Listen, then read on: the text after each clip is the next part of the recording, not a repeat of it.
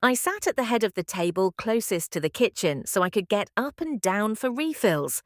That was my spot, not chosen, assigned. My sister Claire was 3 seats down, phone face up next to her wine glass. She'd been tapping at it all through the salad course, smiling at something on the screen. Mum was telling a long story about the neighbour's dog. Dad was carving the roast with the kind of ceremonial focus he used to avoid conversation. I passed the rolls, poured water, sliced the pie later without being asked. Claire's phone buzzed.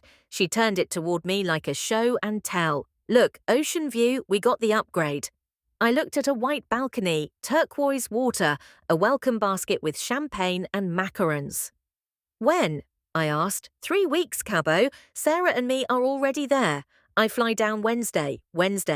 I'd paid her car note Tuesday, covered her portion of the electric bill the Friday before that, sent her gas money 2 weeks ago because she said her account was overdrawn.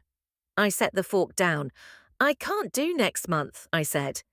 Claire didn't hear me at first. She was scrolling through more photos. Do what? Your bills, the ones I've been paying since January. I'm stopping. The table went still.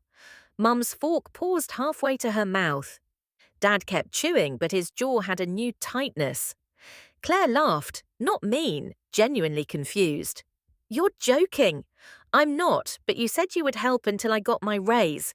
Your raise came in April. She blinked. That was only 4 months ago. Silence has texture.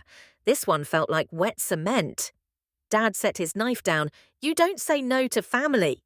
I looked at him.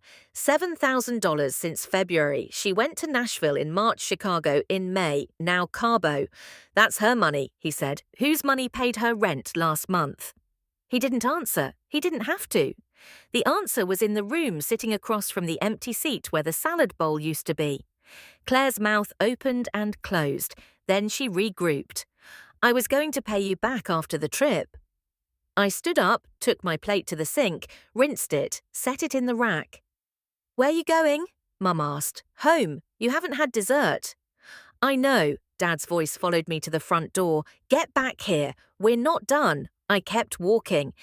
In the car, I sat for a minute with the engine off. The evening was still warm. Crickets were tuning up. I opened my banking app and went through every recurring transfer. Rent cancelled, bond cancelled, car insurance cancelled, the little extra I sent for groceries cancelled. No anger, just a series of toggles on to off.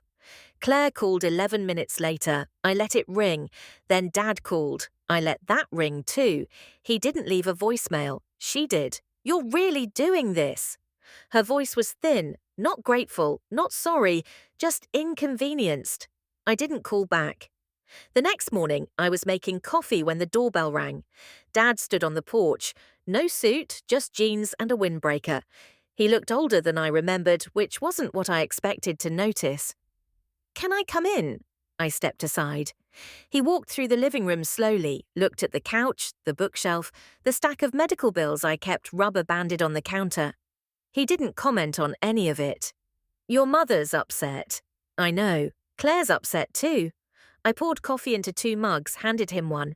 She told us you were helping her voluntarily, he said. I was. Then stopping is also voluntary. Yes. He took a sip, held the mug with both hands. For a second he looked like he was going to argue. Then he didn't. She's still going, he said. I figured.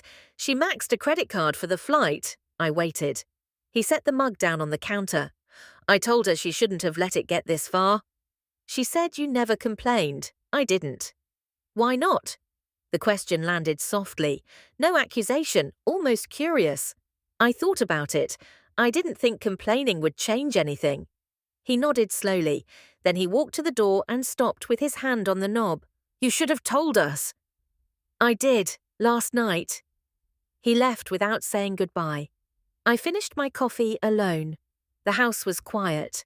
The payments were still off. Claire's vacation would happen anyway.